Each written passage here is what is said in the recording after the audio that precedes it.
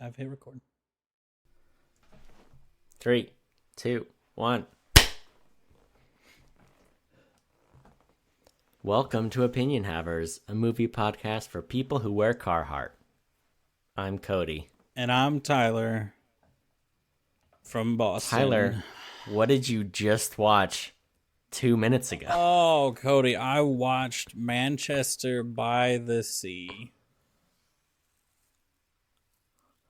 Yeah, you did. Or as people affectionately know it, Manchester. Oh, yeah. The one by the sea.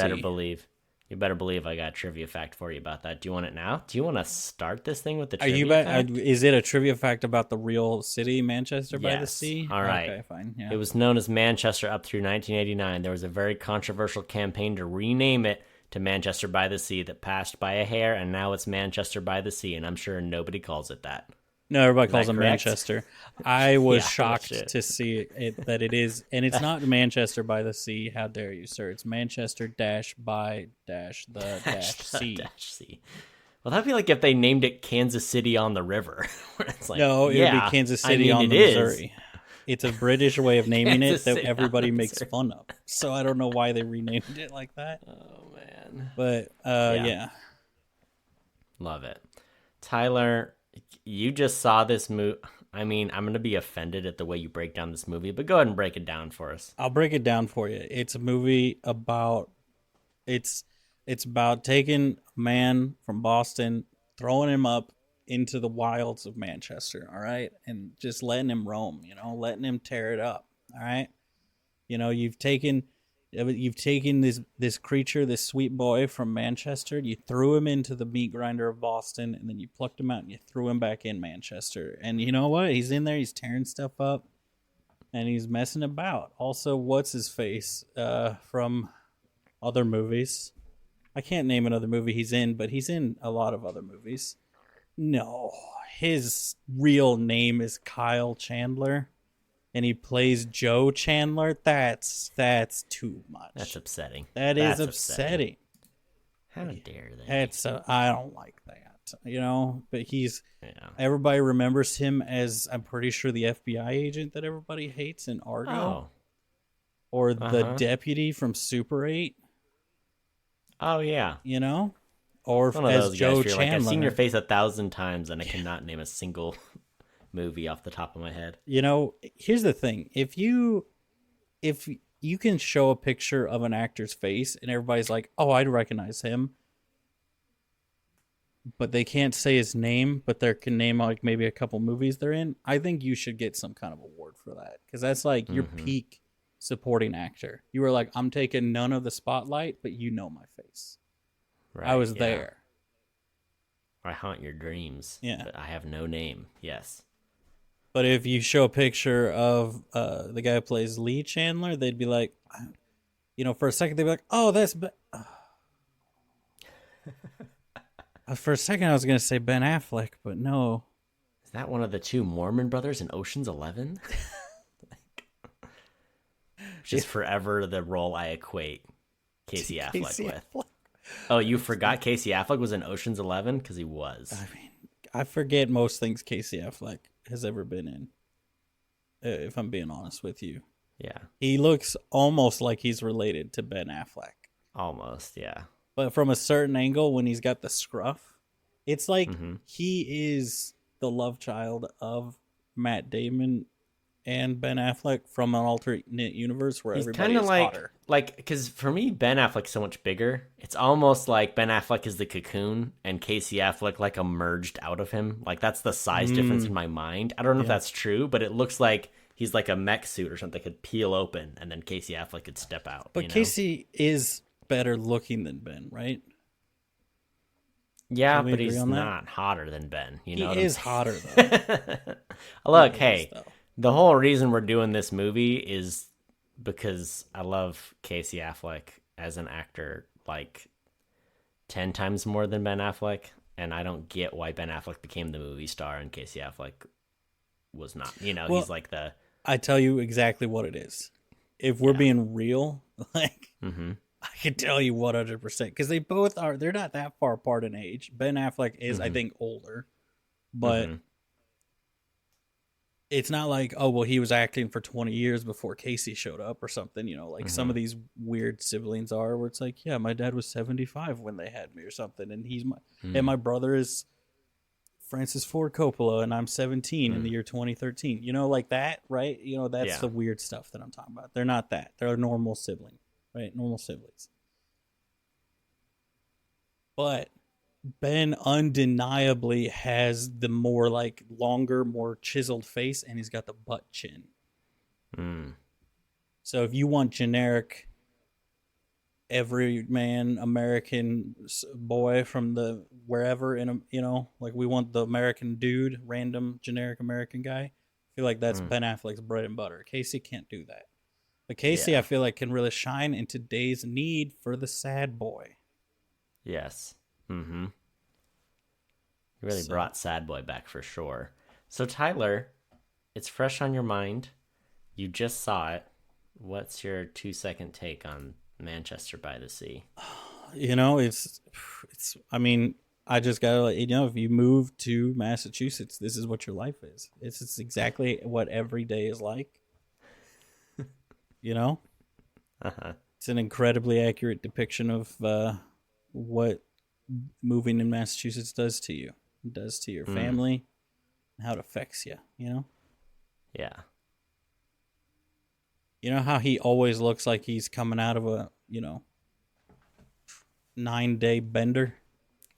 You know? That's how it feels every day. Wow. What a great place. Yeah. Well, I'll tell you, this is my pick, obviously, but I loved this movie, and I only know like 2 people that have seen it. So, I needed someone else to unload on about this movie. So that's why we're doing it, but I think it's a great one. I think it was snubbed for Best Picture, whatever year it came out. Because I remember, I think it was probably the same year Moonlight came out. And I really wanted this one to win. This is like the white Moonlight, but the black Manchester by the Sea won that year, I think, if I'm not mistaken. There was just a disturbing lack of gays in the movie, and makes me sick, if I'm being honest. I hear you. Look, you can get an old palate cleanser after the fact. I wouldn't blame you.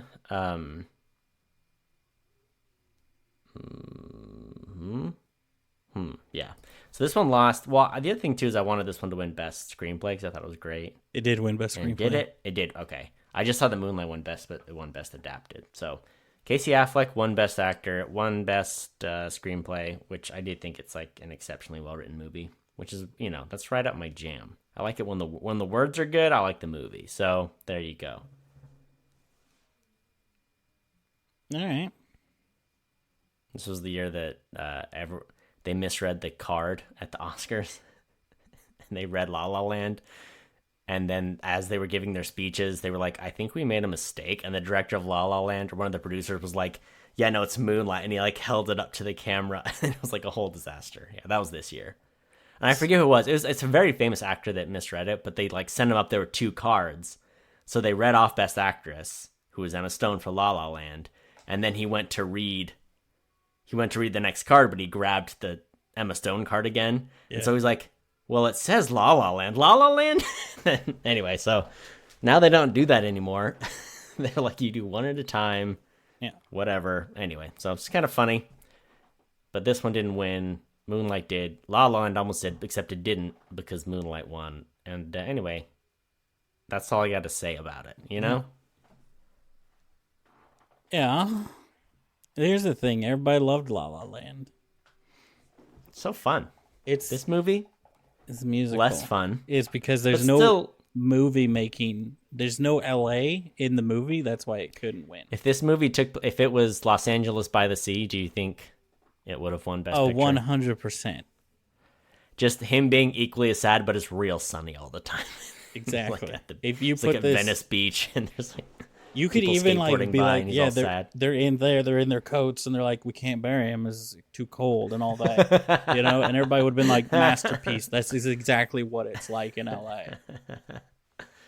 Oh yeah. Because if there's one thing, here's my favorite part about the La La Land thing, and like it winning a bunch of awards even outside the Oscars, My favorite quote was from, I can't even remember. It's like some talk show host or something. They were talking about it. They're like, it was fine, but if there's one thing we know about about Hollywood, they love sniffing their own farts, and that's exactly what in LA or like in La La Land really supplied a lot of them for 'em or something. Yeah. It was just like they're like, oh, so good. I mean, I will say there have been several other movies that I've seen that have won Oscars. Maybe not Best Picture, but that have won Oscars from like.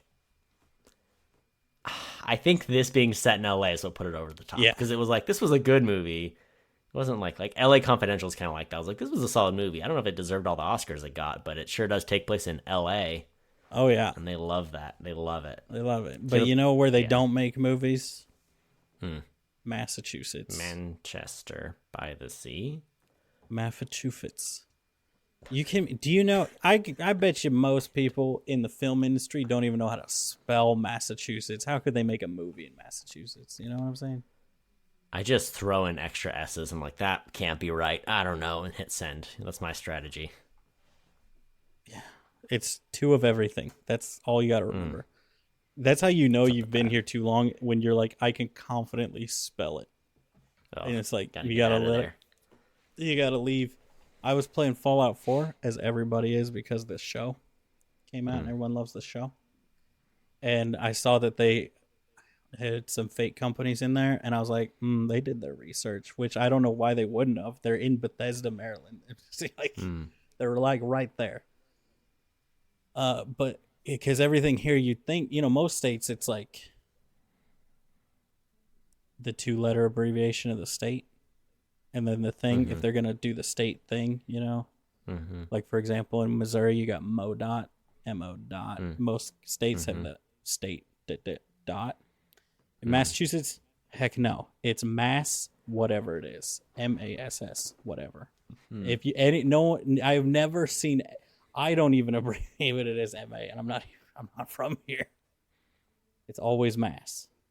Retro. I'm pretty sure if you put MA down to anything but a postal worker, they'd be like, where the heck is MA? Is that Is that Maine? Yeah, is that Maine? Is that Wisconsin? Or Alaska? Where is that? Yeah. It's mass. Oh, yeah.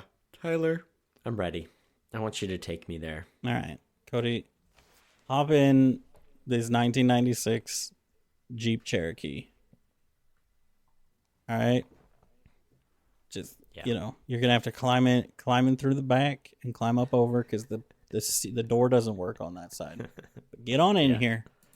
Oh, yeah. Or you can just lay in the back. There's a lot of thick, real scratchy blankets with a plaid pattern on them in the back. You know the ones. Oh, yeah. So I guess you could just chill back there on those. But the seat belts in the back seat do not work, just so we know. Just so you know. Yeah. And I will putter us on down to Spoilertown by the Sea, Massachusetts, USA.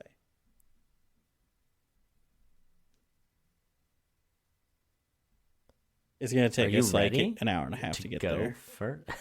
Yeah, that was one of my favorite things. We're like, it's 45 minutes. It's like 45 minutes. It's an hour and a half, like, at least. Yeah, I looked it up. Oh, I know it's part of my rant. I'll save it for the rant. Oh, wow. I save it. All right. I save it. I'll save. I save. Am I going first? Go first? I do want to go first. You're coming in hot right now, so I feel like you should start. Okay, let me start. I'm just going to hit the start. Okay, let's talk about this for a second. Okay, so I looked it up. First off, Quincy, it's on the south side of Boston. And he said it takes him an hour and a half to get up there. Bull crap, he can get up there in an hour and a half. That's a 3-hour trip. If you're lucky. You're going to have to go through, you have to go, oh my goodness, you got to say, what do you got to say? I'm going to pull up the map here. Because let's say you can't get nowhere in Massachusetts in less than an hour and a half, all right? Maybe if you're out in Western Mass, but nobody lives in Western Mass, all right? What are you part of what are they called? The Hillbillies, the Beverly Hillbillies, all right? They moved to Beverly Hills. They don't live in Western Mass anymore, so there's nobody out there. You're down in Quincy. What are you going to get on 93? Or do you want to die? No. So what are you're going to have to, like, take all these BS little side route, like 990 of a Ford. Well, you gonna take 95 all the way around? That's gonna take forever. What you're gonna do is you're gonna say, no, I'm not going up there. Just throw him in a hole. That's what you're gonna do. Sorry, my brother died. He's going in a hole in the ground. I'm not making it up there. All right, Quincy. It's so far, okay? But it's not that far. It's fine. You know what I'm saying? But I just need you to understand, Cody, that at some point he's like Quincy, and he's like, well, then I got a job in Charlestown. That's where it is. Charlestown, in the heart, the beating core of Boston. But it's on the north side of the very center point, meaning you've shaved at least an hour off of that commute time to get up to Manchester by the Sea, okay? Because once you're out of Boston, once you're north of, I'd say, Lynn, I think it's lets up quite a bit. You still got Peabody, Salem, and all them to deal with. But, like, you can take one up there. One, don't get me wrong, it's going to be a nightmare, but you're going to get there eventually, okay? I would probably, personally, during rush hour, I would risk 93 to 95. Okay, that's probably what I would do in that case. Because one, I mean, I don't know. I don't live in Charlestown, and I have not driven this very often. But in my experience, one is to be avoided at all costs. Okay, it's a death sentence. Now, if somebody knows more than me, sure. But I think you probably get there faster taking the fast ferry to Salem and driving from Salem up to Manchester, okay? The fast ferry, not very fast, by the way. I don't know if you knew about this. Not the fastest ferry, okay? But you got you're trying to go from Charleston. If you go one, then you might have to contend with some airport traffic. You go 93. If you're lucky, you might be able to time it where you're not getting into where you're hitting that traffic. Anyway, point is, Cody, it's a lot of traffic, okay? I like everything they've done in the movie, because here's one thing I do like about when they do set movies in the Boston area. Haven't been around here for almost 3 years now, which, in Boston time, it's Boston years, 35 years, I would say, probably. Anywhere else. It's so accurate in the wardrobe, and you don't think about the wardrobe being important. Because it's like, whatever, you set a movie in LA, it's like, put everybody in shorts and slides, you're fine, right? That's it's like, who cares? Here, no, Cody, there's a whole thing here.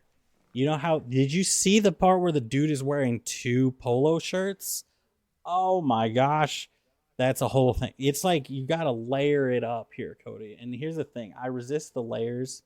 Being from the Midwest, I resist the layers as much as I can, but at a certain point you can't. You got to layer it up. You got to put on the undershirt, then the shirt, then the thicker shirt, then the jacket, then the coat, then the overcoat, okay? Because you're going to go out there and you're going to fight for your life, and you're telling me you're going to stay. They were just standing there having a conversation about where's the car parked when you can see the ocean. That's a death sentence, Cody. That's you're asking to die, okay? It's so cold by the water. I went in the summer to the aquarium, so I was like, I don't need my jacket. It's hot here. It's right on the ocean, in case you didn't know. The aquarium in Boston, right by the ocean. But then we got something. We were like, let's go sit on the boardwalk and let's look out at the water. It's mistake. All right, it was so cold. It's so cold. The Atlantic Ocean is cold, in case you didn't know, and the wind blows over it and it makes the wind cold, okay? So it makes you cold. So you got to layer it up. And then you know what the wind's going to do? It's going to say, those are some nice layers, and then it's going to smack you across the face with some cold, all right? It's going to blow right through those layers, and that's why he's so pissed off all the time. Tyler, I got to tell you, I'm so proud of you for spending your entire 5 minutes on root talk and weather talk. I love that human beings spent a month of their life shooting this movie, and putting it together after and before, winning Oscars, losing Oscars. You talked about Massachusetts traffic and weather. I love it. It's great. I wouldn't have it any other way. Now you be quiet, because I'm going. I didn't know where to go with what you said, because, I got all these notes about the movie, and now I feel so ill-prepared. I'll tell you this. I got the same Carhartt jacket as one of those dudes. It belonged to my grandpa. It has his name on it. It says Bob. Isn't that great? Isn't that fun? Love that Carhartt jacket. Works so good. All right. I don't know. I've seen this movie once or twice. This might be my third time seeing it. I saw this movie in Portland. That's how cool a dude I am. I was in Portland. I was like, oh, they got cool movies here. I gotta go to this. And so I went to it. All right. Saw Portland. I saw Manchester by the Sea. I saw Blade Runner. That's the movies I saw when I visited Portland for that 1 week, that one time. Rewatching it, the intro is so interesting because the very start of the movie is him with, I don't remember the character's names. Lucas Hedges' character. What's his name? There's Lee. There's Joe. These are great Massachusetts names. And there's Patrick. Oh, perfect. They really nailed it. And Randy, a girl named Randy. Love it. No notes. No notes on any of these names. All right, so it's Patrick, Lee, and Joe on the boat. Patrick's still a youngin'. He's still a kid, not like a cool teen that has sex. So, the movie starts with them on the boat when he's a kid, and Lee's like, hey, if you had to pick one person, you're like on a desert island, the whole world's ended, just you and this person, you gotta survive, gotta find a way to survive, who would you pick? And Patrick's like, oh, my dad. He's like, no, your dad doesn't know nothing about nothing. Trust me, I'm the guy that knows stuff, And then that's actually the point of the whole movie, is that Joe dies, and Joe asks Lee in his will to take care of Patrick. He's like, hey, everything did go terribly wrong, and now you need to take care of him, So I don't know. It was just I didn't think about it at all until rewatching the movie. I'm like, oh, that is like the perfect thesis of what this movie is about. So let's see. And I don't know. And so the movie's sad because Lee struggles to keep it together after a terrible tragedy. His kids died in a house fire that was really his fault. So his marriage ends. He's living by himself. And what I like so much about the writing in this movie, and if you ever take a screenwriting class like I did, what they'll tell you is right, you want to show, not tell. You want to present questions and make people interested in the story, right? You don't want to just explain everything that's happening. So what makes this movie so well written is from the start, right? You see, okay, there's this guy, this kid, and this other guy. And then there's some sort of a time jump, and it's just Lee, and he's like a quiet, sad janitor dude, and he doesn't want to engage with any people or anything, And so for me, it just raises all the questions what's this dude's deal? And I just wanted to know what was going on with him, even though, right, he didn't talk much, but just the way they presented it. So that's what I like about the movie. It just reveals more and more about what happened in his life and what made him this way. And you're just kind of rooting for him, hoping that he'll get things together, The other thing I love about this movie is it's sad, but it's also really funny. I don't know. I think the dialogue can be so funny in the movie, and so it strikes a great balance. And finally, this movie could have ended so sad. It could have just been anyway, and he's alone and everything sucks. And instead, it's while it isn't ideal, Lee doesn't fully get everything together and decide that he can take care of Patrick. He does still decide, okay, I'm going to come back and be a part of his life again, and re-engage with these people. So everything does turn out okay, and you've got some hope, So really easy for an Oscar-y movie to just take the sad boy route, And I really appreciated that they found a way to strike a really interesting balance with where the movie went. So that's what I love about this movie. I'll tell you this right now. I would hire Lee in a heartbeat. I loved watching him deal with all the tenants. Where he's like, look, it's broken. I don't know what to tell you. She's like, you're saying it's my fault? He's like, I'm just telling you there's a leak, and we got to fix the leak. I can do it Tuesday. And then he yells at her or whatever. And then there's the other lady that's I have a crush on my janitor, from the other room where you can hear her, And he, what he does? He's a professional. He says that she should be good to go, and he leaves, He doesn't linger around. He doesn't try any funny business. He's a pro. He's a pro's pro, all right? So I don't know. I thought his character was so interesting, but made for a good one, I would hire Casey, That's where I'm at. Cody, I'm going to cut you off here, all right? Oh, no. Tyler, no. I got to cut you off. I have more to say. No, and cut you off mid-thing. All right. I think this is a great podcast. All right. High five. Us all around. We did it. There's nothing more to say. The traffic and If you're a janitor, don't have sex with the tenants, I guess, you know? Yeah, it's not cool. Yeah. The I mean, it's cool, but it's not cool, you know? Here's the thing. Let's talk about some real stuff. First off, can I make a controversial statement right now? Yeah, do it. Google Maps is a lying whore, all right? Because it says okay. peak rush hour times 55 minutes to get from Charlestown to Manchester on the Sea. How dare you, you lying sack of dumpster fires? There's no way, okay? Yep.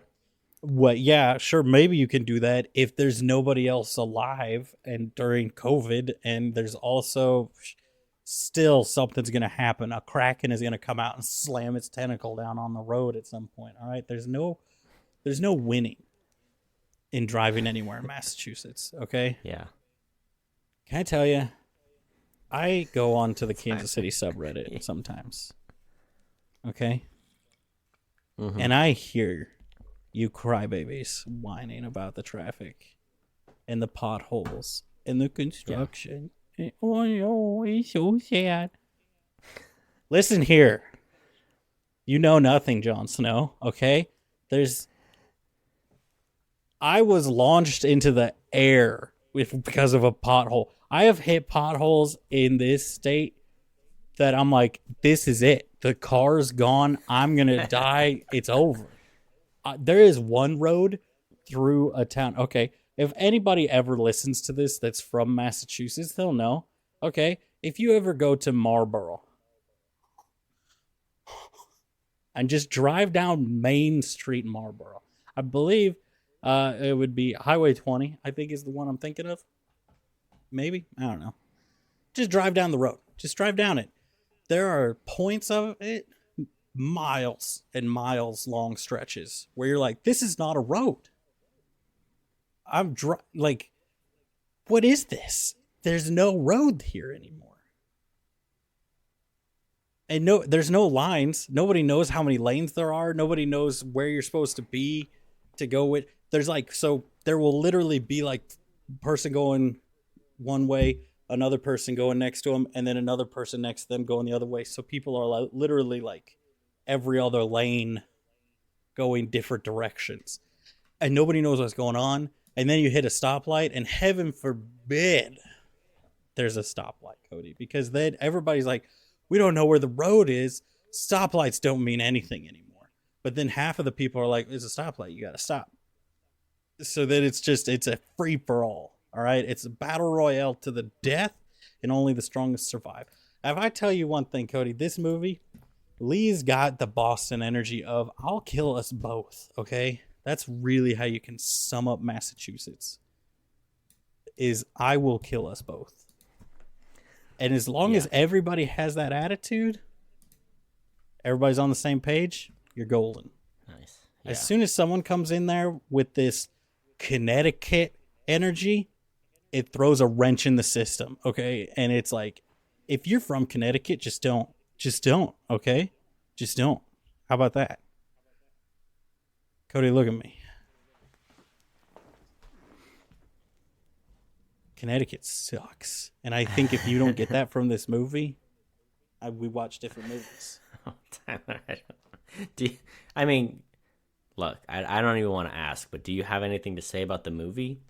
Cody, where did he say his drunk alcoholic, garbage mom was for a while? Connecticut. Which is the most subtle dig at Connecticut I've ever seen, and I loved it. Yeah. No, it's a good one. Look, let me walk you through this man's resume. Number 1, he won't have sex with your tenants. Okay? Number 2, he does electric work under the table illegally. It's illegal. Number 3, he may be the best negotiator I've ever seen. He walks into the office with Thufir Hawat, by the way. Yeah. I was like, hey, there he is. I've seen him in 3 movies since Dune came out, and I still can only call him Thufir Hawat. So anyway, he's like, look, dude, I don't know what to tell you. I do your electric. I do everything. I work all these buildings. You can get someone else to do it if you want, but I'm your dude, so whatever. And he just walks out. Like, this guy, I mean, give this guy the hostage negotiation job. Like, he could do it. He's aloof. He's got aloofness that drives girls wild. Like I'm into it. I'm like, what's his deal? He's so quiet. He must be into me. I don't know. He must not be able to say like he's so into me. And finally, this man can take a punch. All right, he'll get in a fight. Doesn't matter what the stakes are. He's got a stacked resume. You know what I'm saying? Here's the thing I've learned living here. Everybody plays hockey when they're a kid. Part of hockey is fighting, and I think they all do it. I think everybody gets put into hockey. I think it's a rule so that you can learn how to take a punch. Because anytime I've almost gotten into a fight here, it's never been like I could fight the person. I've never gone into any of those situations thinking I got this. It's always like, let's go, dude. Like you may kill me, but boy, howdy, am I taking one of your ears with me? I'm going full Mike Tyson on you right now. Okay. Like that's how I've entered anytime there's ever been an altercation. Can I tell you, here's the thing. Okay. And I feel like this movie does, it has this kind of energy so well. So there was an interaction recently with a tow truck company that was towing a vehicle of mine that I was trying to get rid of. And so I was told to call them, and I was like, hey, the department told me to call you, tell you to bring it back because it was fine being where it was. They refused. They were like, no. Which I was like, cool. So then we got into an argument, ended up shouting at each other, and I was finally told him, like, just tell me how much it's going to cost. Because the dude was just like, all right, we're done. And I was like, no, you got to tell me how much I have to pay you to get my stupid car back. And we were arguing back and forth. And then something happened where I was just like, so what, are you just going to get rid of it for me? And then he was like, wait, do you not want it? And I was like, wait, do you want it? And then there was an instant like, oh, okay. Well, yeah, I was like, yeah, I got the title. I got 2 keys. I'll tell you what's wrong with the car. I got a thing that tells you what to do to fix it. Yeah, I don't care. He's like, oh, okay. Yeah, cool. And it was like, we went from like about to kill each other to like, oh, okay, cool. Yeah, no, thanks, dude. Handshake. We're done in handshake deal. half a second. And it's like, it's so like, yeah, that's how it is here. And I'm like, that's it's all, I think the attitude I feel like is like, you're in my way and I'm in your way and I'll murder you. Oh wait, you can do something for me? You're all right. You're all right. Like that's either in my way or I'm helping you out with something, It's like those are the two. Like, because I feel like that's how anytime he was talking to people, that's how it was where I'm like, I feel like at any moment this could either be like he'll just throw a punch or he's just going to start making out with them. You know what I mean? And I'm like, that's how every interaction I feel like is here. And the even down to like him driving and them somebody stopping at like a point where you got to yield, and there's clearly so many cars in the way. Like if the person went, they would have gotten creamed. And the fact that he immediately starts laying on the horn is so Massachusetts. It's so like so that's part of what I liked about it is I was just like, this is just such a like, let's just set this story in Massachusetts where people tend to be the worst in every instance. Let's talk about Patrick. Speaking of the worst, he's the worst, right? No, I would not want this cool. kid. All right, he's on the hockey team. All right, he's got 2 girlfriends and what's the other one? Something else. He's got a life, dude. He has sex. Right? He's a teenager that does sex. He doesn't know how to put on a condom. Don't tell me he isn't good. All right. He's the coolest kid in school. Just basically. remember, kids, real men don't use condoms, all right? Real men are allergic, quote, allergic to latex, close quote. All right? Real men are sexually active and have a latex allergy, all right? Yeah. That's the mark of a real man. If you're not slinging an STD, are you even sexually active, Yeah. I loved his character, like... It's great. He is great. Like, I also loved his attitude. Like, there's the part where, like, his car's broken or isn't working, whatever's going on. He's like, maybe we could have a horse pull this car. Maybe the horse could breathe on us because it's so cold. I was like, this is great. This kid gets it, Here's the thing. Just the, like, shut up, don't talk to me, it's cold right now. Like that whole the feeling of that conversation is how it is. Because there's moments like, don't get me wrong. You and I have talked about this before. People come all the time. I've known many people who come from New England and they're like, "Oh, you don't know cold." It gets no colder here than it does pretty much most other places in the country. You know, unless you live up in the mountains or way up north. Mm-hmm. You know, I got bad news for you. It doesn't get any colder where you are than it does in Georgia. Really, like, you know, like it just isn't that cold for that long. But when I tell you, when you're by the ocean and that wind's blowing on you, oh gosh, it's don't talk to me. I'm cold and I will hit you if you slow me down from heating up. And it does, like, the amount of my car's got the remote start, but when I first moved out here, I didn't have that remote start. Those were dark days, Cody. I can't imagine driving a 1996 Jeep Cherokee. This is the most unbelievable thing when he's like, "It's warming up now." No, it's not. No, it's not. It's not getting warm. Mm-hmm. That car's going to take an hour and a half to get warm. You know? I've seen people go out at 2:00 in the morning to start their cars, and then just go back inside. Because who's going to steal a not warm car? You know what I mean? That's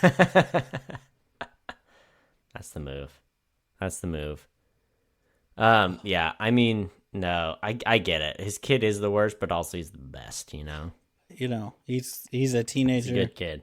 He can sweet talk the moms, you know, of the girls he's cheating with, you know? That's... Cody, I just want you got to it know, figured out. When you die of a rare heart disease, and Bailey's been an alcoholic for 30 years or whatever, and I get Jay, I will sit and talk up some lady, some single mom, and pretend like I don't know he's up there having sex. Okay, I will do that for you. Okay. Yeah. Yeah. Thank you. I mean, that's the bro code, you know. If an uncle's not going to help his nephew get laid, what is our country even doing anymore? Exactly. You know. Yeah. I won't teach him how to put on a condom though. That's a step too far. So you got to do that before you die of the heart disease. Yep. I mean, as soon as I figure out, I'm sure I have a latex allergy, so I don't know. I'll find someone I know and trust that doesn't have a latex allergy. Some square, some loser, you know. Here's the thing. In the immortal words of my brother, you know, who trusted the pull-out method his whole life and only had 6 kids. But he had sex a lot more than 6 times. So it seemed pretty effective. You know? Do the math on it. It's, yeah, yeah. Condom's only, 99.2% effective? I mean... Yeah, I mean, if he's to be believed, he beat those statistics. Beat those odds, yeah. He beat it pretty hard. Oh, man. I will say the worst writing in this movie, and you know, honestly, it's not the writer's fault. It's the prop department. The prop most likely. See, the prop department or the director, but I think the director is the writer. All right, let me tell you this. He's over at the second girlfriend's house having dinner with the mom, and he's like, "Whoa, I mean, this is so good. Did you make a homemade carbonara sauce? Amazing." I got so many beefs with that. They were just eating spaghetti with tomato sauce, first off. So that's strike 1. Strike 2, carbonara can't be made if it's not homemade. You know what I'm saying? It's an a la minute dish, all right? You got to make it and eat it. You can't buy a jar of carbonara sauce. You know what carbonara sauce is? Eggs and cheese. It's eggs and cheese. You whisk it together. You toss it with the pasta, a little pasta water, some guanciale. That's your carbonara, all right? You're not buying cheese eggs in a jar. You know what I'm saying? That's not something they make. So, wasn't the dish they're eating? I don't know what he was talking about, but someone messed up, you know? Are you going to look it up? I taught a class about how to make carbonara. Cody, you know we've talked about your class. Nobody comes I went to the it. Italian deli, and I bought guanciale. I'm not one of these cucks out here making it with bacon or pancetta. I went all in, got the guanciale. Cost so much money, dude. You have no idea. Yeah, for your So worth it. Blew my whole margin. I made basically $0 that night. But you know what? You're asking me to trust you? It's a whole thing. Anyway, they had like red sauce pasta out there, you know? Yeah, but I mean, isn't not that? But is that not the whole point of like, whatever girl rolling her eyes and being like, "Oh, shut up," and the mom's being like, "Oh my no," because carbonara. Here's what I know. Hmm. The Italians have brainwashed people into thinking it's difficult to make. But as far as I know, if you've made it before and have everything already, it's not difficult to make. Right. But if you're an Italian person, you're like, oh, this isn't carbonara. To anybody who is not Italian, even if you are not Italian, even a little bit, but like your grandpa said he was Italian, so your whole family is now like, we're Italian, Right. but your grandpa Italian, was yeah. not Italian at all. You're like, what is this trash? And you're like, I'm from Italy. I know what it is. I've made it. Like that's all. Here's the thing. Italians, the worst. Here's what we need. More Irish Catholics in the world, because they're out here calling the spaghetti sauce carbonara and being like, what? It's amazing. That's the positivity we need. Okay. We don't need this. Don't break the noodles or you've killed my family. It's like, cool. Snap the noodles. Now your mom is but dead, also, all right? don't break the noodles. Why are you making more work for yourself? Here's the thing. If you want to break the Making noodles, more work for just yourself break the twice. noodles. Okay? Just break the noodles. Don't break them. Noodles Break aren't them. long enough. Who They don't cares twirl about around the fork all stupid nice. noodles? Gotta Here's what you twirl it do. on the Go in there. fork. Here's what my favorite thing to do in front of people that hate the breaking the noodles. Get the scissors. Get the shears. Cut all your noodles small enough that you can eat them with a spoon. I'm talking, I want macaroni length noodles out of the spaghetti. Okay? The spaghetti. For every spaghetti I eat, I want it to be no more than an inch long. Okay? I want it Like to the be tiny. Lipton chicken noodle soup packets. Exactly. Okay? Just Let me tell you about be as positive as the Irish Catholics are. Okay? Yeah. Yeah. And your life will be better. Let me tell you, this movie, Yeah. it's a lot sadder watching it the second time. So like the first time I watched it, I'm like, why is he so sad? And then rewatching, like, I know why he's sad, So it's sadder for longer, He's very sad. He's a sad boy for sure. They do a good job. Like, he's in the hospital. When he goes to the hospital to check on his brother, and the nurse goes to touch him, he literally takes his hands and puts them in his pockets. It was like the coldest move I've ever seen anyone do. He's like, don't try to comfort me. I'm I knew you were gonna try to comfort me, and I blocked it, Mm-hmm. I got long sleeves on for a reason, Yeah. I also really liked that Randy, his wife, so they break up, whatever, but then she ends up getting married to a guy who looks like if Casey Affleck was an accountant. Yeah. That was my favorite touch. I was like, if Casey Affleck shaved and put on glasses, this would be the same man, Yeah. But no, but okay, not even a little bit, but okay. What do you think would happen? What do you think would happen if we just swapped out Ben Affleck for Casey Affleck, It would come Casey across Affleck less as the Batman. Oh, as Batman?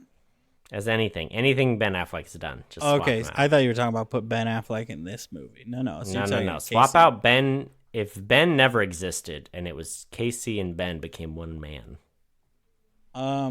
I mean, that's just. Then you just have the Batman for Batman. It would be Casey Affleck and Ice Spice doing commercials for Dunks. Yeah. I feel like Casey would be way better in those commercials, Maybe. Like Ben Affleck got caught being sad with Dunks one too many times, and Duncan was like, he's the brand now, That's what happened. Here's the thing, okay? I'm just gonna tell you here, okay? Dunks is everything here, okay? When I say here's the thing: if you go out to LA and you're like, man, there sure are a lot of Starbucks, all right? Or let's say, what was Seattle? Seattle, there you go. Seattle, right? Because that's where they're based. That's where there's probably the most. Arby's? Arby's? Starbucks. Yeah, Starbucks. That's what my mom calls Starbucks. Yeah, here's the thing, okay? What you just said is gonna bleed into this topic a little bit, okay? I don't know if this is true, but I want you to know that it's nowhere near the amount of dunks in any given town in Massachusetts, okay? They run the state. I'm pretty sure it's something. They're a front because none of their stuff is good. But I don't drink coffee. Right. I've heard the coffee is what you go for. Their coffee is, to quote people who drink it, sugar with a little bit of coffee flavoring. Right. Yeah. And that's why they like it. But if you know most people here, you don't see them without the dunks. And most people have dunks merch. All right. And you call it dunks. Now let's get into dunks versus Starbucks. All right. Now between the two, I prefer Starbucks in that I will go and eat their food, and because their food is the same price here as it is everywhere else, pretty reasonably priced here. So I go get their ham and cheese sandwich all the time, and it's so good. They have good breakfast sandwiches. It's so much better than the Dunks food, but the vibe of Dunks is better than Starbucks. Now, I've only been Starbucks, in one or two, but the Dunks I would go to in LA is a disaster. that's the vibe. All right. Okay, cool. You feel like here's the thing. You walk into a Dunks and you're like, I do have it together, Dunks. I feel better about myself. You walk in and you're like, do you guys need help? Do I need to put an apron and a hat on and get back there? That is the joke. Bad. That is the running joke of like, do I need to hop over this counter to make my coffee right now? All right. But it's like, but that's part of it. Okay. Starbucks, that's never going to be the thing. You're never going to get that vibe. Starbucks is a sad, pitiful attempt to replicate the Dunks brand, because Dunkies or Dunks is what it's called here. I feel like Starbucks came out when Dunks embraced Dunks as like their corporate marketing, so that the rest of the country learned Dunks. And then Starbucks was like, Starbucks. It's like, shut up, Valley Girl. Nobody cares about you. We earned this Dunks. It's like carved into their chest, with somebody like, yeah, I'll put some ink on the end of a prison shank and just carve it in. That's how a tattoo works, right? That's what Dunks has got. And Starbucks has like a butterfly tattoo on their ankle with Starbucks on it, okay? Yeah, here, Starbucks. Yeah, here, go back to oppressing children, okay? Dunks, they're out here oppressing grown adults, all right? And giving me what I'm pretty sure is 3-day-old donuts. Dunks convinced Massachusetts as a state that Krispy Kreme is worse than Dunkin' Donuts. Insane. It's insane. The donuts at Dunks are so bad. They're so bad. Like grocery store donuts, better. The box of pre-made factory donuts, I would take over Dunks. That's where I'm at. I've given them so many chances, and they disappoint me every time. Yeah. I mean, look, sure. The fact that they didn't pass a single Dunks in this whole movie sickens me. But yeah, that is gross. But the amount of times I've seen Ben Affleck with a Dunkin' bag is upsetting, but I have a theory. My theory, because he's so rich, my theory is he just carries a Dunkin' bag, and then he just, whatever he gets, he puts it in the Dunks bag, and then he goes to his car. Okay, I will tell you this. Dunks does still do plastic bags, I believe. Mm-hmm. Nowhere else does, because it's illegal here. So it is the only way to get a plastic bag. How are they getting away with it? I think because they're Dunks. No one wants to take them on because it'd be too unpopular if, as a politician, you tried to take down the plastic bags of Dunks. You would just get run out of state. It would be the equivalent of being the governor of Florida and taking on Disney, okay? All right. Oh, yeah. I mean, It would take you Remember Ron from DeSantis got owned.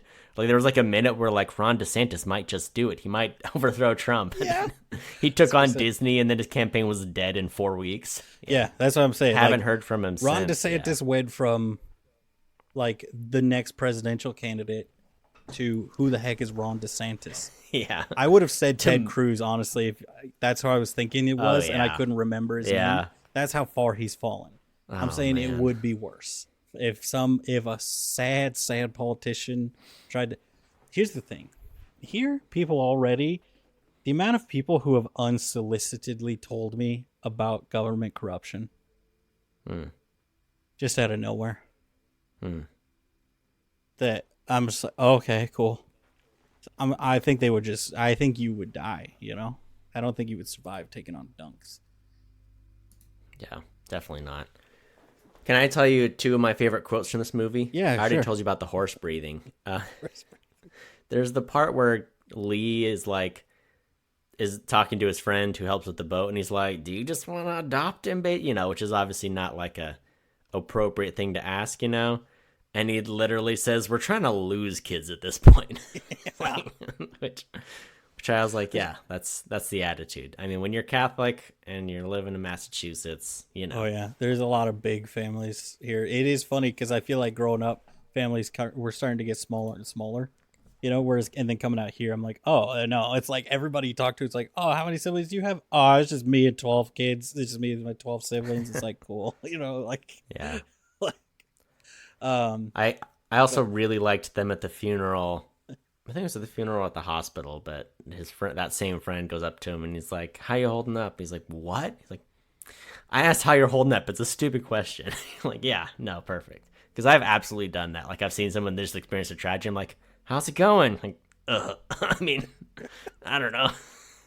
I can't talk to you. I also can't look away from you. So I did appreciate the way that whenever they talk to each other, or like whenever people were talking to each other and they would like interrupt each other or they couldn't quite hear, just like the way that that's handled, it was so like, oh yeah, I never see that depict because it's such like it would be so easy, I think, for that to just ruin a scene in a movie if it's not done properly. But it is so accurate to how people are here, where you know, whereas like I feel like anywhere else you'd be like, hey man, how's it going? And they would be like, I'm sorry, what? You know, whereas here you'd be like, hey man, what? What do you say? Oh, I said, no, I can't hear you. What? You know, and it's like, you're right there. You're screaming in their face. They're like, I can't understand you. I don't know what you're saying. Whereas everywhere else, it's like, all right, I'll let them finish. And then I'll say, I'm sorry, I didn't catch that. Whereas here, it's like, nope, can't hear you. First syllable out your mouth. Don't know what you're saying. Can't understand you. Better just you just kill the whole thing. Don't say it. It's like, okay. It gets very exhausting. Which I'm sure you've talked on the phone to people from New England a lot. You've probably gotten that, like, yeah, so we do that. What? Yeah. No, the phone. The phone's cutting out. So I appreciated the little things that I never would have gotten before, but living here for long enough that I've interacted with enough people, I do appreciate. Yeah. I did like going to speaking to your, where he was talking, and he's like, "Do you want to adopt him?" And he's like, "Oh no." But then later there's like where he sits down, he's like, all right, no, but let's have a serious like conversation of like, hey, can he stay with you so that he can finish out school here, and will you guys take care of him and stuff? And then it was like, oh, okay, yeah, sure. You know? Yeah. Which I thought that was a touching moment, you know, even though it was kind of sad. Mm-hmm. But like him being, I don't know. It's just that movie felt realistic in the way of like, you know, in a non-indie movie, you know, he would have overcome his demons and gotten it together. But the indie movies, they like to be real, Cody. They like to hit you with the hashtag real talk. All right. Oh yeah. And with him being like, yeah, no, that's like the reason why he didn't want to be there. It's because seeing all the people, because being around the people that he used to know and being around where he used to live, it just pulls him back down. Yeah. So I also appreciate, in the trivia it talked about, like, on the drive up he passes like funeral parlor, school, fire station, like is on his way into town. And it's like, oh yeah, that was like all three elements of his tragedy. Like house fire, killed his kids, anyway. So it's just, I thought that was an interesting touch. My last favorite quote was he punches the window and slices his hand open. And the next scene he's there with Patrick, and Patrick's like, "What happened to your hand?" He's like, "I cut it." He's like, "Oh, for a minute there, I didn't know what happened." like, yeah, which is just like, it's like, great, thanks for explaining everything to me. So, also, I bet you didn't know Matthew Broderick was about to roll up in this movie. He made me uncomfortable. He's a pedophile, right? I'll be honest with you. That man was missing in action for a decade before this. And I looked up his credits. He was in stuff. Oh, yeah. And I know he's a big, like, stage actor and Broadway guy. But, like, he does, like, all these random little roles in, like, a lot of TV shows and some movies. And that's, like, all he's been doing for the last... But before that, the last movie I saw in his IMDb was like, oh, he starred in that, was, like... It was, like, a Christmas one. It was, like, Christmas with the Cranks. It was one of those. Oh, okay. Where was it? The last it was movie like 04, 05. It's Deck the Halls as Steve Finch in 2006. Anyway, nice. So every time he shows up, I'm like he's in an episode of 30 Rock. I'm like, Broderick, he's here, But he was there. He did a great job. And that's the other thing that was so realistic about this movie is, right, like he gets separated from his mom because she was off she went off the rails, whatever. She had to go to a mental hospital for some time. She gets out. She gets married to someone. It's like, look, I found Jesus. And she's married to this milquetoast, like, super Christian dude, and everything's super awkward. It's like he was hoping, oh, I'll get reunited with my mom and it'll be okay. Everything's be fine. And then you realize, like, no, she's not doing well either. Like, just, I thought it was very, it was an interesting scene to include, but it is just like, I don't know. All these tragedies affect people in different ways, Yeah. But yeah, then Matthew Broderick sending the email being like, hey, thanks for your visit, but also don't visit again. But, if you want to talk to your mom, email me. It's like, oh, yikes. Okay, great. Yeah. Which I think it does go to, like, especially around Boston, right? There is the duality of you've got the very gruff and aggressive and loud Irish Catholic population with the milquetoast, wasps. Right. Yeah, the Protestant. Yeah. Yeah, and it's like it is such like a night and day difference between the two groups, which is funny because like at church, right? Yeah, obviously, it is funny because it's there's a mix of them, and I'm so excited every time there's somebody who's obviously like super thick Boston accent, grew up Catholic. Like whenever they come, it's like. It's so exciting. Yes. A townie. Yeah. I love hearing them talk. Because to hear them, like, a church talk about something or, like, compare their testimony or something, it's like, oh, this is a treat. This is a troop. Like, oh, this is amazing. Yeah. But it is funny to see the two groups interact because they're so different. Like, one's very stuck up and uppity and would be like, hey, so I know you want to be with your mom and your mom wants to have you back in her life, but you're kind of spoiling it for me right now. So absolutely not. Like they're very like, oh no. That would make us, what would the country club think? My favorite was you can say amen, Patrick. He's like, I did. You're like, what do you do? Not just so tense, He's very Christian. We're Christian too. Yeah. Oh man. Yeah. Which there is a big. So, it was pretty funny just seeing that. That's really the only time you see the other side of the types of people in the area. Which there would be more, I think, up north like that, but there tend to be more down south. What's funny is Cody, you're out there. You never been in the thick of it like I have out here, in New England. Cape Cod, the Cape, as everybody calls it here. The Cape, yeah. Would you say there's a lot of rich white people there? At Cape Cod? Yeah. I would expect there to be only rich white people at the Cape. How dare you, sir? You know what it's known for? Meth heads. Meth. is what it's known for here, which I find very funny because it's kind of like Salt Lake. It's like rich white people and meth heads. And it's like, yep. Cool. And so, you know, just so you know, if you come to Cape Cod, watch out. You might get stuck with a needle. Nice. They talk about it like people are in the shadows with the needles waiting to get you, just to get you with the heroin, you know? And it's like, they're not going to give it to you for free. Don't worry. But it will be available if you want it, is what I'm saying. That's perfect. So, I think the perfect way to describe Casey Affleck in this movie is that he has the Kavorka. If you've heard of this, it's the from Seinfeld. It's the lure of the animal is what it translates to. But, you know, once you get it, you can't get rid of it, you know? The ladies, they just go for you, you know? There's nothing you can do about it. It's got the Kavorka. So he does have that, yeah.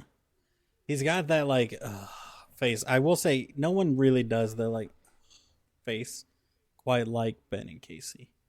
Just like, oh, yeah. I just need a second. Okay, I'm good, you know?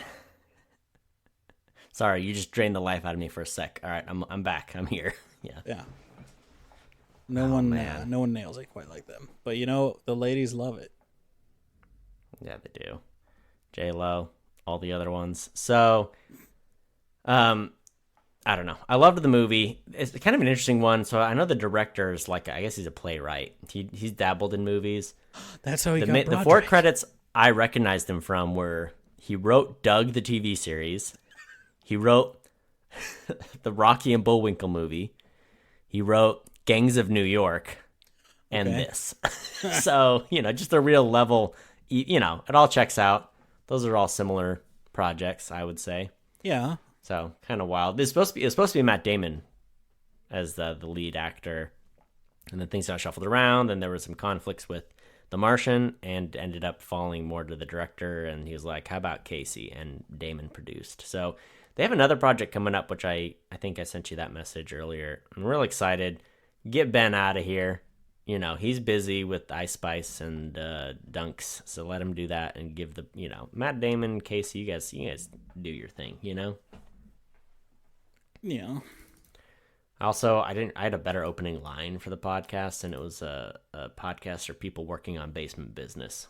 Oh, which is my new favorite. My new favorite term. You know, it's strictly basement business right now. You know, basement business. That's a good one. You know, Tyler, did it make you cry? That's what I want to know. I mean, it didn't because I saw you, but the part that got me the hardest was when, kind of after he'd gotten in the last fight that he gets into in the movie, right, and he goes to make food, goes to make carbonara, you know? Yeah. And breaks the spaghetti. He just broke his spaghetti. He was ready. And he puts the sauce there, he falls asleep, and then it's like he wakes up, or thinks he wakes up, and it's his 2 daughters, and they're like, can't you see we're burning? And he's like, no, you're not burning. And then it's like, oh, and he wakes up to the house filled with smoke, and I was like, no. And I was just like, oh, that's heartbreaking.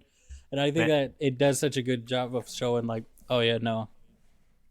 Dude's not okay. He's not okay. He's not ready for it. Still haunted by everything. Yeah, I mean, so it was sad to see that happen, but it was great to see him get it together a little bit. But it's so sad, like, hearing him recount his whole story. You know, when he has to, like, give his statement to the police, and he's like, this is what happened. And then what's kind of wild is they're like, you know, he's like ready to be taken to jail, you know, and they're like, we're not going to kill you for this. Like, it happens a lot, you know, whatever, you know, so which was wild. But then he tries to kill himself in the lobby, like with the cop's gun, you know, it's so sad to see. Well, the other thing too is like Randy kind of disappears, and it was so cute. There's a scene they had when everyone was still together. Like, he comes home, he's been drinking all day at the boat with the family, tries to hook up with her, she's sick, he's like saying hi to the kids, you know, like, it's just, you're like, yeah, they were, you know, they weren't perfect, but they had like something going, you know, like, and he was such a different person, you know, with his family than he is where we see him in his life later on when he lost his kids, you know. So I liked getting to see all those parts of him, painted throughout the movie. But also like Randy later on, right? She marries someone else. She has a kid.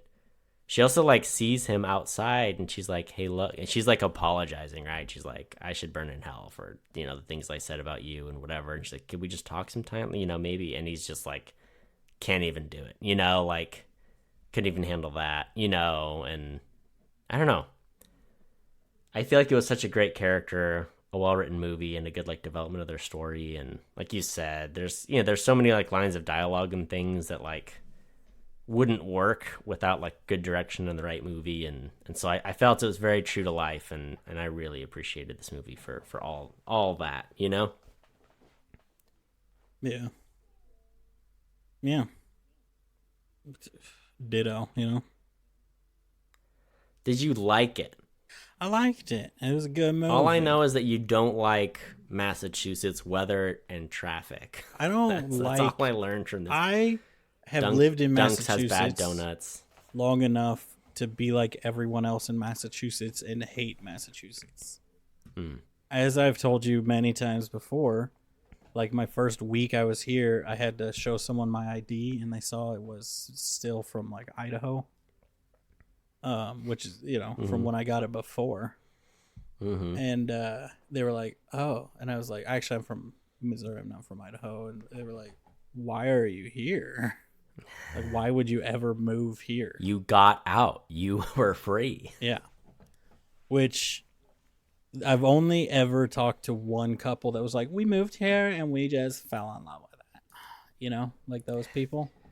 The cold wind and the traffic. Can I just tell you also, their eyes did not agree with what they were saying. They were like, "We moved here and, we just fell in love with it." Like, it's like they threw up a little bit in their mouth as they said it, Like, no, you moved here, you had some kids, and then you get... Because here's the thing let me tell you about the truth about Massachusetts. And I feel like the movie does kind of an okay job of... Because... some of the parts of the movie are about how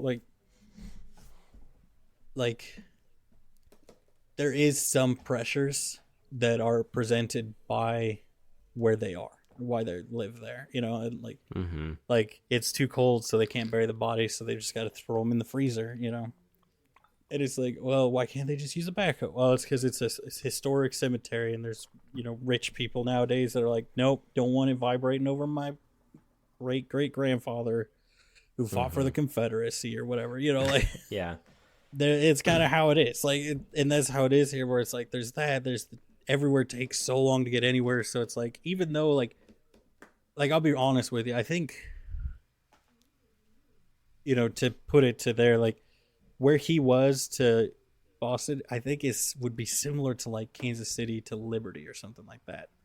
It's a very like, oh, he could commute there. Like, if it did actually take as long as it should take to drive, then it could have been like, yeah, I'll just move up here. I'll commute to work every day. It's no big deal.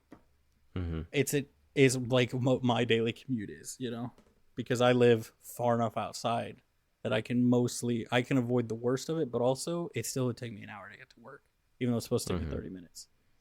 Yeah. That's why I work from home, because it's just so much wasted time. Yeah. But like it just wears you down, man, and it doesn't let you. It's like even like him working and living where he was, getting paid minimum wage. First off, dude's gonna starve to death, but also got the apartment for free.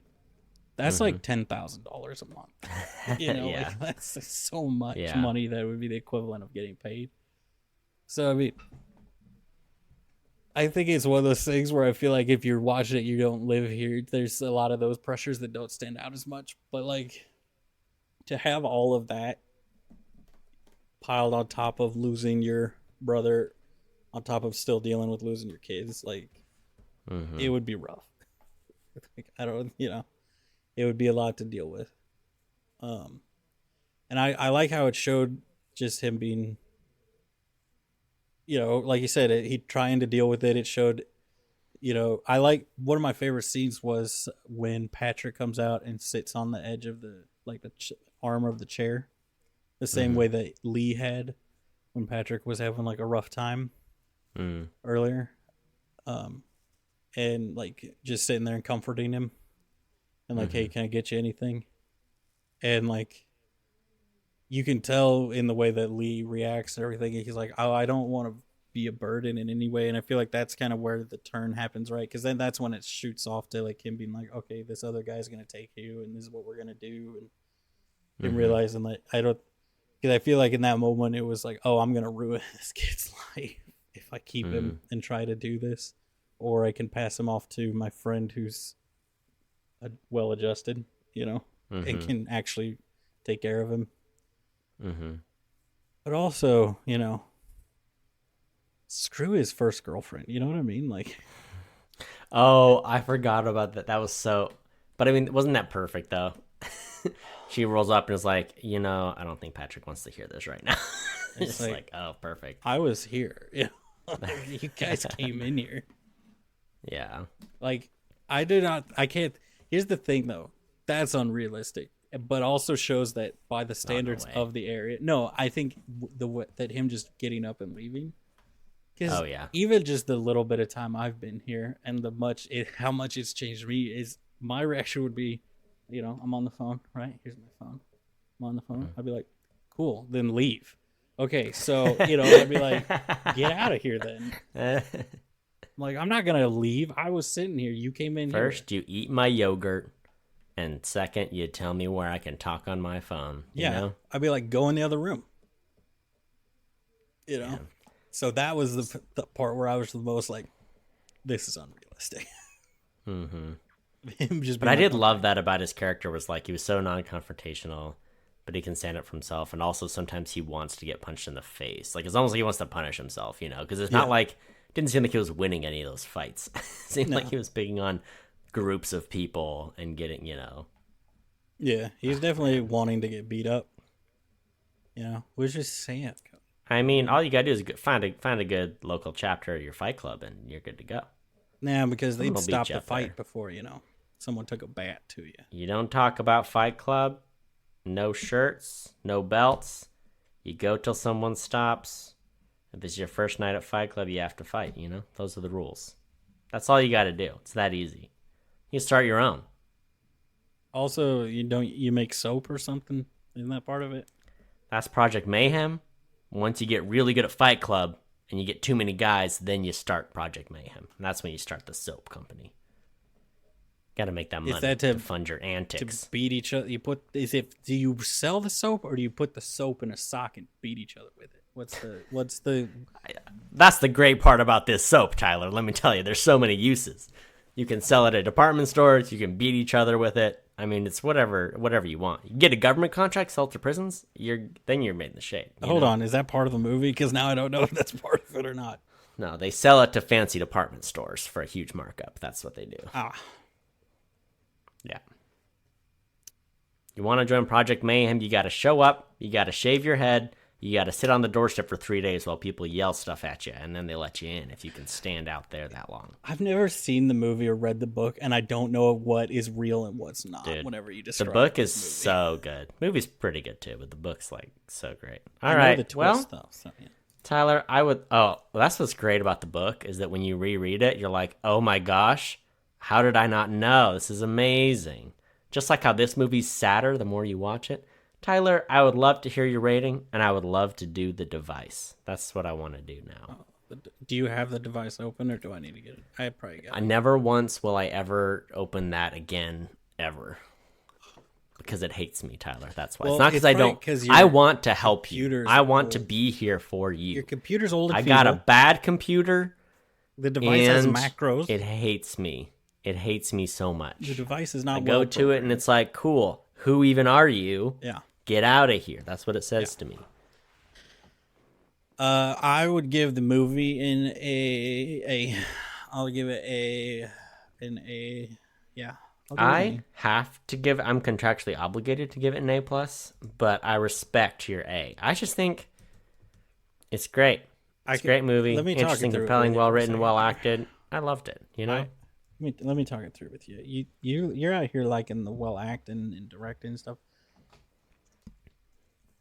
part of me wants to do the A minus, but the only part is that it feels like it's kind of all over the place, but it all comes together so well that I feel like I can't do it. You know what I mean?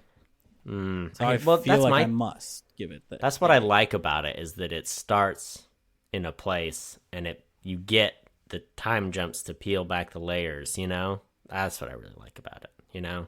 Yeah. I feel like it unfolds real nice. And it goes down easy because of there's enough humor in it to keep it light enough. Yeah. While it's like sad and heavy, it's also like, I had some good laughs, Yeah. Is it time? Yeah, it's time. It's time to do the device. Divine the film? Zero Dark 30. Oh, we're going old school. Manchester by the Sea was probably the first movie I put on this list, and Zero Dark 30 was like not long after. Just to be clear, all right, Zero Dark 30 is like a military movie. You understand that, right? Chris Pratt's in it.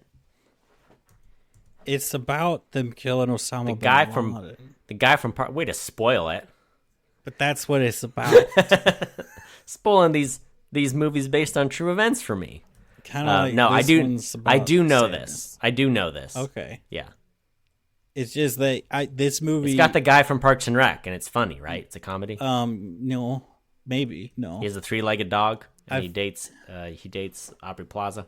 Yeah. Am I thinking of the wrong thing? Yeah, probably. I just he works at the Parks Department. Every time I've seen this on your list, I'm just like, this is. It feels like the kind of movie that would be on my list, not on yours. Also, okay. Can we do something here? Also, just now. Okay, so we recently had we did a Tyler's Trash that broke me. Okay. Wait, which one? Broke Tyler. The one, I don't know what movie we even watched, honestly, Cats. But we spun it, and The Last Witch Hunter was presented as the film, right. Okay? Which I can't do, Cody. I can't do it, okay? So remember the other day when you were asking me why we do more Cody movies than Tyler movies? I think this is the reason. Also, if I may, is a bold-faced lie because you combine so many of my movies. Like, so many of mine, you just put them together into one thing instead of breaking them out into separates. Oh. You put some, like, I think, Resident Evil, which we did all of them. I think you loaded one too many bullets into the chamber of this... Well, this Russian roulette we're playing with your. There's so many good movies, and that was one that I was like, I'm gonna redo it because I don't want to do that one anymore. It's not a good one. And so like I was planning on like, I'm gonna just redo the whole list. It's Vin Diesel. It's just, and it's not that it's like worse. Oh my gosh! Look at this cast. We got Vin Diesel. We got Elijah Wood. We got Michael Caine. What? I can't believe you're depriving me of this movie. But here's the thing. It's not that it's like worse. I don't know who anyone else is though. Than anything. Yeah, it's got like a 44 Rotten Tomatoes. It's just it's for a bad. That's respectable for a bad movie. I'll say that. But what I'm saying is, Cody, it's not like the whole thing. That movie in particular was. What made me think I want to redo this list because like I don't want to watch this movie anymore. You know what I'm saying? And so I'm here. I've come before the council today to request a redo based on a revised list that it's smaller because I have not gone through and fully redone it as much as I want to. But it is the essence of what I want going forward. I mean, I'll allow it, but first I gotta tell you something that made me real mad right now. All right. This movie, Manchester by the Sea, it's got 96 Rotten Tomatoes. Yes. Which is like, how could you be mad about that, It's got a 78 audience score. And let me tell you, these audience members, what'd you show up for, I think, okay, hold on. If you're not into sad boy movies and you're not from then why'd you Massachusetts, watch it? then this is a bad movie. No, I it's a think good movie. you need either of those to really get you. You know what I'm saying? Like if you're just wanting to watch it, like if you're wanting a sad movie, then something like what's the one about the marriage falling apart that we watched? Blue Valentine. Blue Valentine. Or Yeah. Oh, I so feel like good. that's a better make me sad movie. Mhm. You know what I mean? But also, it is a fine movie. It should be higher than that. But also, it's sad. Thank you. It is sad. So, can I hijack that very, very end here to also respin the machine? Do it. So, you've got Zero Dark 30, a war Yes. movie. Sorry, Yes. Chris Pratt. And I've got. Gosh dang it, Cody. What'd you get? Let me just tell you, okay, before I tell you what I got in the spin, I just need you to understand this list is now so loaded up with stupid indie movies and movies that are famously bad, but they're like big budget movies like Rebel Moon, right? Yeah. And this fetcher spat out Abraham Lincoln, Vampire Hunter, which is a movie Again? I want you to see. We've never watched it. I thought it came up on the list and we vetoed it once already. No, Or maybe you just told me you've mentioned it to me. Yeah, because I want you. It's one I want you to see so bad because it's gonna make you so mad how not bad it is. It's so good. You're gonna be so bad, so mad about it. Cool. But like, Nice. I'm looking at this list. It's a solid like 50-50. Any given movie is one you'll like. You know what I'm saying? And it spat that one out, which is one of the few that's left over, which I think is very fun. That's great. That's great. I mean, what a world we live in, you know? Is Chris Pratt in Abraham Lincoln Vampire Hunter? He's not. It's really Oh, not. bummer. I don't even know who the main person Tyler. is. What a pleasure. We got some good ones coming up. Tyler, is that it? I think we're done. We're done, you know? I want to thank the people, the good people that listen to this for listening. You know, if you want to yell at us and request we do The Last Witch Hunter, you can try to find us on socials at Opinion Havers. And until next time, watch movies. And have opinions. Yeah, we're doing it. The dude was wearing 2 polo shirts, and that makes me so mad. Which guy was that? It was the The coach. one who fought in the bar? No, it was the coach. Oh, the coach. It's like, wear a shirt or wear a t-shirt and the polo. Don't wear 2 polos. Oh my gosh. You know? Love it. Love it.